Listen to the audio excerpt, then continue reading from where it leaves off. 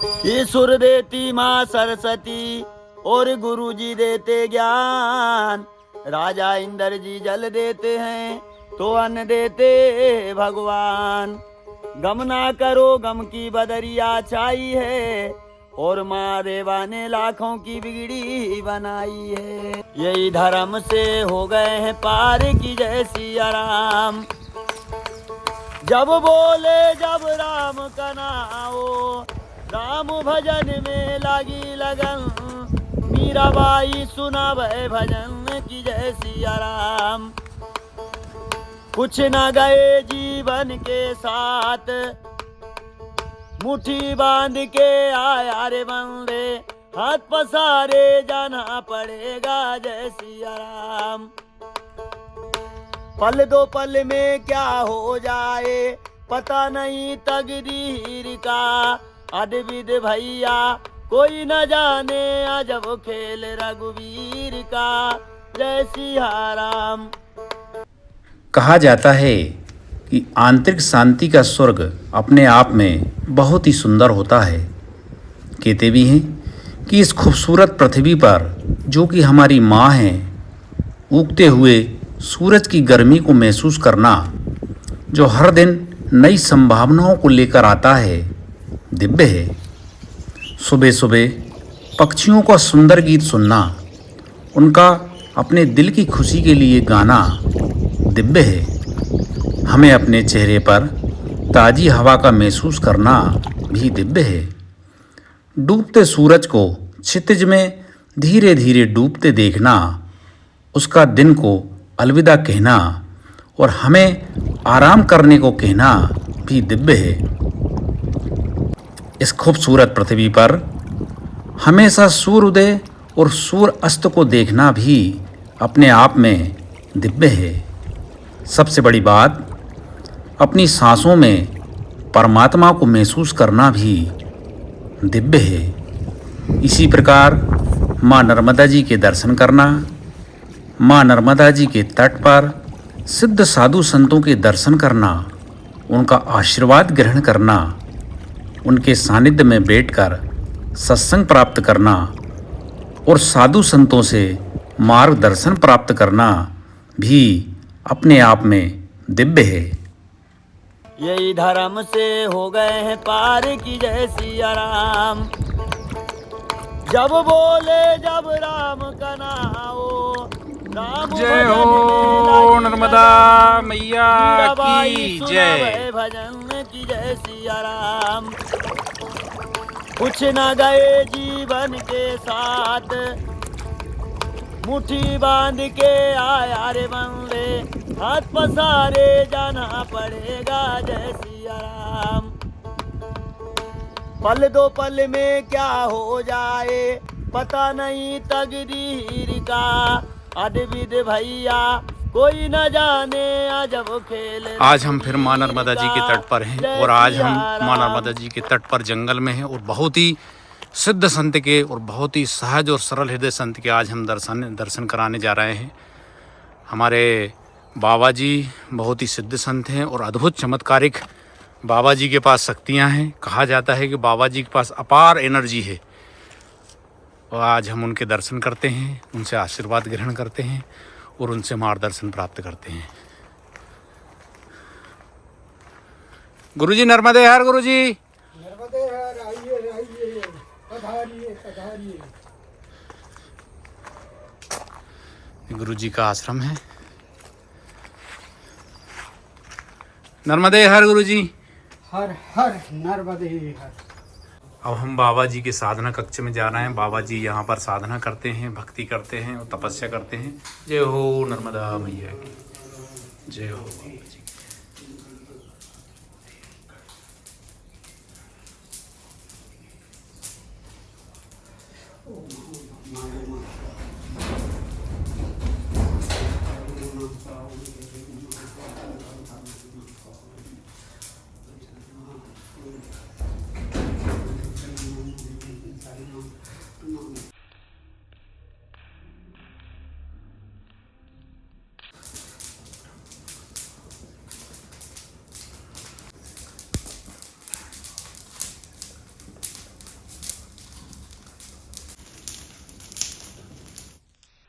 परमात्मा में, अपने चेतन स्वरूप में, ईश्वर अंश में लग जाए। बस मन उस परमात्मा चेतन स्वरूप में लग जाए, बाकी सब बेकार है। शरीर का भान ना रहे, शरीर तो प्रकृति संबंधित है, लेकिन मन चेतन आत्मा में, चेतन स्वरूप परमात्मा में लग जाए और बिना अनुराग की ये होता नहीं है। अनुराग और हरि कृपा, गुरु कृपा से ये चीज़ प्राप्ति होती है। हाँ, जीव मात्र को अभ्यास करना चाहिए। आज हम माँ नर्मदा जी के तट पर गुरुजी के आश्रम में हैं और गुरुजी आज कच्ची हल्दी की सब्जी भोजन प्रसादी में बना रहे हैं। और गुरुजी हम देखते हैं कि काफ़ी जड़ी बूटियों का उपयोग करते हैं और जड़ी बूटियों की ही ज़्यादातर सब्जी का सेवन करते हैं। और यहाँ पर थोड़े से पास में ही एक किसान के यहाँ हल्दी की खेती होती है, क्योंकि गुरुजी को शांति प्रिय जीवन पसंद है, ज़्यादा भीड़ भाड़ पसंद नहीं है गुरुजी को। आज हम हमारे दर्शक गणों को कच्ची हल्दी की सब्जी साधु संत कैसे बनाते हैं दिखाने की एक छोटी सी कोशिश कर रहे हैं। ये मटर भी छील ली है गुरुजी ने, इसमें मटर भी मिलाएंगे। और गुरुजी क्या अदरक भी मिलाते हैं ना? जी, टमाटर, मटर, अदरक जी। हमारे दर्शक गणों से हमारी निवेदन और प्रार्थना है कि भैया ऐसे गुप्त संत के दर्शन हम वीडियो के माध्यम से कराने की एक छोटी सी कोशिश कर रहे हैं। और गुरुजी ने एड्रेस देने को बिल्कुल सख्त मना करा है, इसलिए हम इस वीडियो में एड्रेस नहीं दे पाएंगे।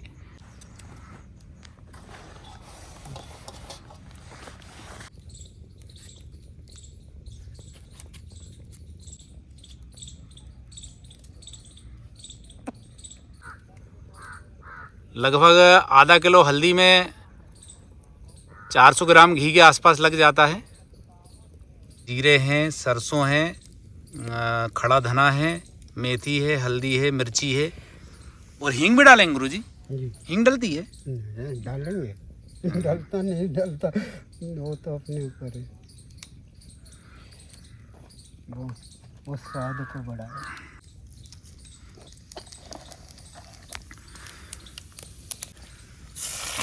ये हल्दी डाल दी है गुरुजी ने।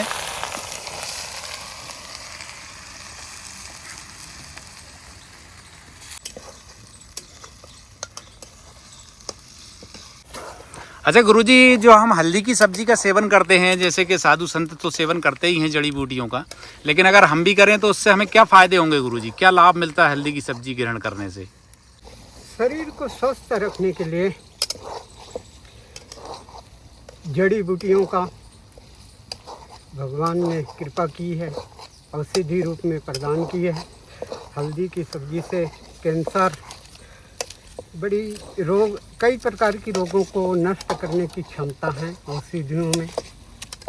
और हल्दी की सब्जी में तो विशेष गुण से भरपूर है। खास करके कैंसर, जड़, शरीर में दर्द, हल्दी पाने से, हल्दी की सब्जी पाने से रोग नहीं होता है। अधिकतर होता ही नहीं, बहुत कम मात्रा में होता है। जी जी। अच्छा गुरुजी, जैसे आप बता रहे हैं कि हल्दी की सब्जी खाने से कैंसर नहीं होता है, तो अगर हम हल्दी की सब्जी अगर खाते रहें तो हमें कैंसर होगा ही नहीं फिर? हाँ, विश्वास, एक विश्वास भी साथ में होना चाहिए। विश्वास बहुत बड़ा औषधि के रूप में काम करता है। जी। उसके निश्चय ही उसको महान बनाता है। जी जी जी। संकल्प शक्ति, भजन की शक्ति ईश्वर कृपा से ये औषधियों में भरपूर मात्रा में है और हल्दी में भी विशेष गुण है। हल्दी का अगर हम सेवन करते रहते हैं तो जो भूलने की बीमारी होती है बुढ़ापे में, वो नहीं होती है।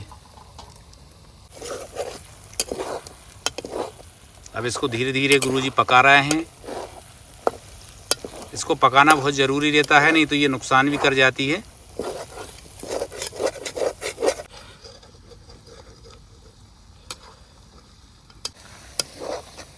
हल्दी को, कच्चे हल्दी को सब्जी रूप में अधिक प्रयोग करिए और शरीर को स्वस्थ बनाइए। कैंसर कभी भी नहीं हो सकता और रोग भी, ये गठिया बाय भी जो दर्द होते हैं उनके लिए भी लाभदायक है और दर्द गायब हो जाते हैं। कच्चे हल्दी की सब्जी खाने से रोग दूर हो जाते हैं, हड्डी मजबूत होती है, कैंसर तो हो ही नहीं सकता है अगर हम हल्दी का अधिक सेवन करते रहें तो।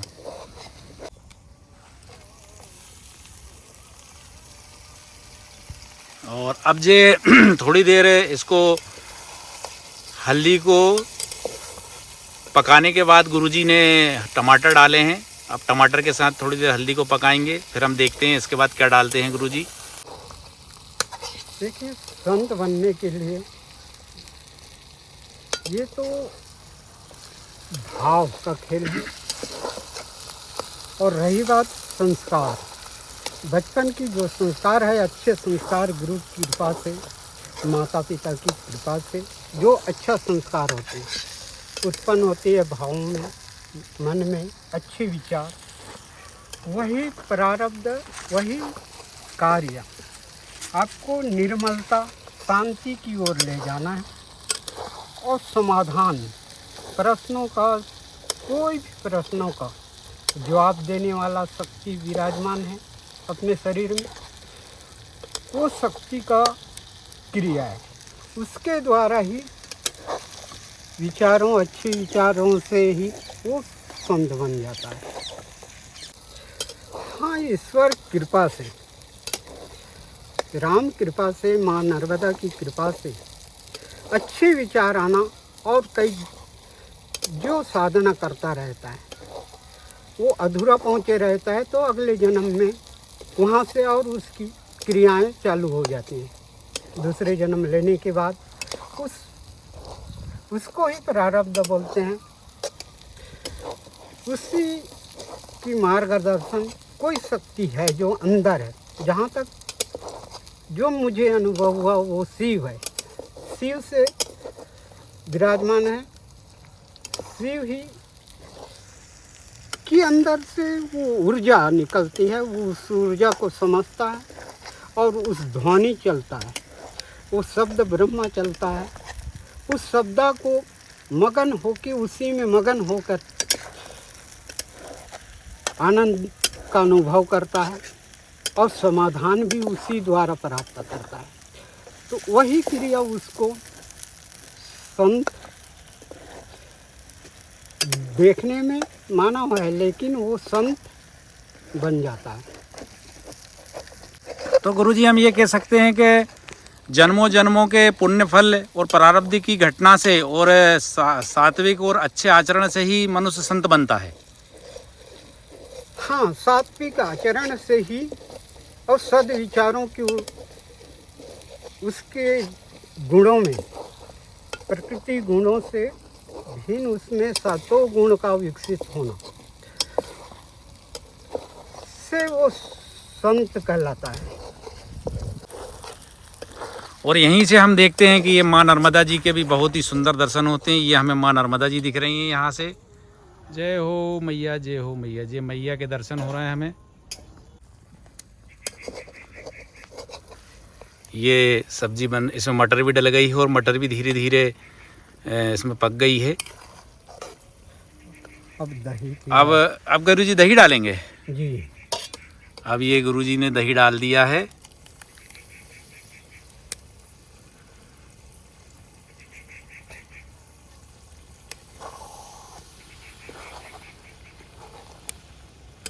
अच्छा, दही को डालने के बाद लगातार इसको चलाना पड़ता है, क्योंकि नहीं तो फिर वो सब्जी फटने का डर रहता है। इसमें दही फट जाता है। अब इसमें लगातार चलाते रहेंगे तो उसमें दही अच्छे से मिक्स हो जाता है। सब्जी देखें, ये चुड़ रही है, सब्जी अच्छे से पक रही है, ये चुड़ रही है। अपन क्या बोलेंगे गुरुजी, चुड़नी बोलेंगे ना कि पकना बोलेंगे? सिद्ध सिद्ध हो रही है, साधु संतों की भाषा में बोलते हैं सिद्ध हो रही है।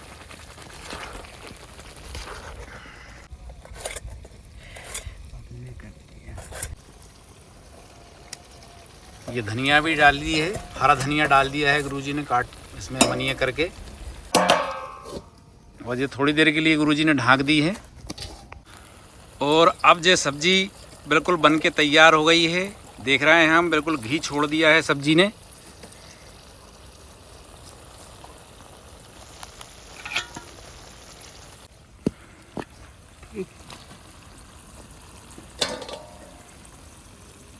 चना, बाजरा, हाँ गेहूँ, ज्वार।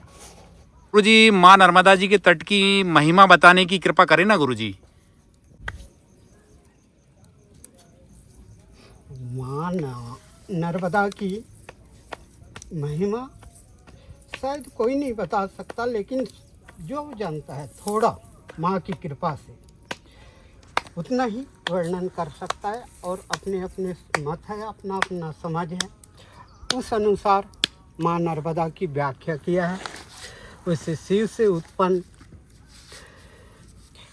जल रूप में फिर एक परिवर्तित हुआ एक कन्या के रूप में, वही आगे चल के जलधारा के रूप में बहाते गए, उसको माँ नर्मदा बोलते हैं। और माँ नर्मदा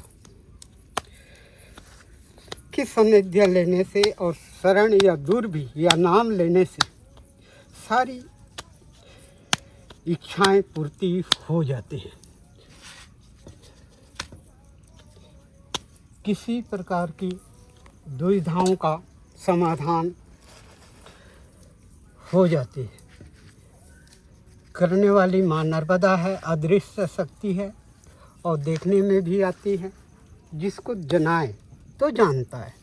वैसे उसकी महिमा का वर्णन पूरा करने में कोई भी समर्थ नहीं है। वो करती है, आनंद देती है, सारी कार्य को पूर्ण करती है। वो दिखती नहीं है, प्रकृति संबंधित निवारण है, वो दिखती नहीं है। करती वो है, सब माँ नर्मदा करती है, लेकिन वो दिखती नहीं। इसीलिए उस शब्दों में उसको तौलना और मापना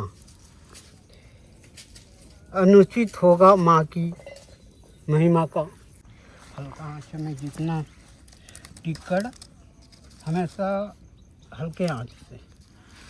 गुरुजी कह रहे हैं कि भैया टिक्कड़, गिरनारी टिक्कड़ मध्य आंच में ही सिकते हैं, क्योंकि मोटे रहते हैं। गिरनारी टिक्कड़ सबसे भारी टिक्कड़।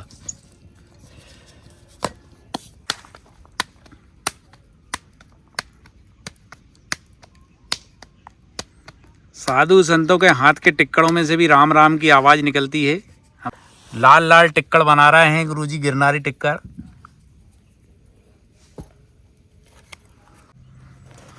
अच्छा गुरुजी, आपके पास जो अद्भुत और चमत्कारिक जो शक्तियां हैं गुरुजी, थोड़े उनके विषय में जानकारी देने की कृपा करें ना गुरुजी। देखिए, जो भी कोई ना शब्दों का कोई भी शब्द हो, जैसे शिव हो या नर्मदा या राम या हनुमान जी, कोई भी शब्दों का नाम का आधार लेकर वो स्वतः ही इस शब्दों की अंदर की धुन, जो अंदर से धुन चल रही है, उस धुन को सुने और उस आभास करे, उसका महसूस करे कि तेज अपने अंदर ही है। और जहाँ तक तुलसीदास ने भी इसको हनुमान चालीसा में लिख दिया है, आपन तेज समारो आपै, तीनों लोग हाँकता कापै। तो वो तीनों लोग कौन सी है और उस तेज कौन सी है? वो सन। ये शब्द ब्रह्मा की आराधना से, उच्चारण से स्वतः ही साधक को, संतों को इसका अनुभव मिलता है। और कार्य दैनिक जीवन में उपयोग करें तो कार्य सफल भी हो जाते हैं सही ढंग से प्रयोग किया हुआ शब्दों का प्रयोग इंसान को पावन बना देता है। तो गुरुजी आपके पास जो मंत्र शक्ति है वो शब्दों की ही शक्ति है। हाँ, शब्द ब्रह्मा की शक्ति है, उसको उसी शब्द के अनुसार वो शक्ति एक रूप के रूप में, एक आकार के रूप में परिवर्तित होकर कार्य को किसी माध्यम से भी वो आकार लेकर कार्य को संपन्न करती है। और अब ये गुरुजी की गिरनारी टिक्कड़ बना लिए हैं, गुरुजी ने सिद्ध कर लिए हैं। साधु संतों की भाषा में हम सिद्ध करना बोलेंगे। हरे रामा हरे कृष्णा कृष्ण कृष्ण सीताराम जाता है। अब गिरनारी टिक्कड़ों की खासियत ये रहती है कि इसमें घी पिरोया जाता है। गुरुजी बोल रहे हैं कि इसमें घी खूब अच्छे से लगाते हैं तब वो गिरनारी टिक्कड़ बनता है। अब हम ये देख रहे हैं, गुरुजी देखो ये घी लगा रहे हैं ऐसे, इसको बोलते हैं गिरनारी टिक्कड़। ये गिरनारी टिक्कड़ है, इसमें खूब घी लगाते हैं गुरुजी, क्योंकि हम देखते हैं जो ज़्यादातर जो नागा संप्रदाय के साधु संत रहते हैं वो गिरनारी टिक्कड़ का ही ज़्यादातर सेवन करते हैं, है ना गुरुजी? कि सभी से साधु संत ग्रहण करते हैं गुरुजी? ऐसा है कि जो मिले उसमें प्रसन्न रहता है संतों जी। जिस हालत में जैसा मैया की कृपा से जिसको जैसा मिल जाता है उसमें संतुष्ट से कहते हैं कि ऐसा ही चाहिए वैसा चाहिए, ऐसा नहीं। उसको जो समय पे मैया की कृपा से, अन्नपूर्णा माता की कृपा से जो मिल जाए वो उचित है। प्रसाद रूप में जो मिलता है कि ऐसा चाहिए तो वो तो कामना है, स्वार्थी है, फिर स्वार्थ नहीं परमार्थी होना चाहिए। जितना परमार्थ किया जाए, ये मानव शरीर परमार्थ के लिए मिला है, स्वार्थ के लिए नहीं। कि सबसे पहले जो भी आश्रम में बनता है, पावनची कुटिया में जो भी बनता है, सबसे पहले भगवान को भोग लगता है, माँ नर्मदा जी को भोग लगता है। वो ये गुरुजी ने अग्निदेव को भोग लगा दिया है।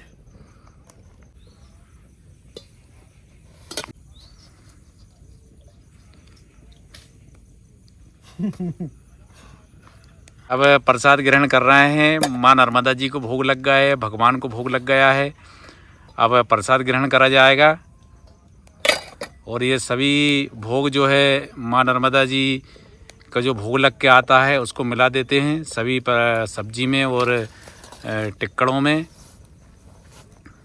तो भगवान का भोग बन जाता है, वो प्रसाद बन जाता है। हर हर महादेव नर्मदे हर, गंगे हर, जटा शंकरे हर, राम कृष्ण देव की जय, श्री उद्धारम लला की जय, श्री पवन सुत हनुमान जी की जय, श्री उमापति महादेव की जय, नर्मदा मैया की जय, सब संतन की जय, सब भक्तन की जय, विस्तान देवता की जय। जय सिया राम। ओम।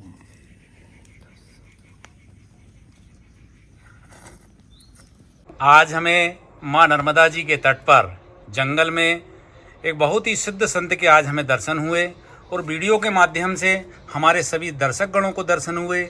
हम सब धन्य हुए। गुरुजी आपको दंडवत प्रणाम। गुरुजी नर्मदे हर। गुरुजी नर्मदे हर।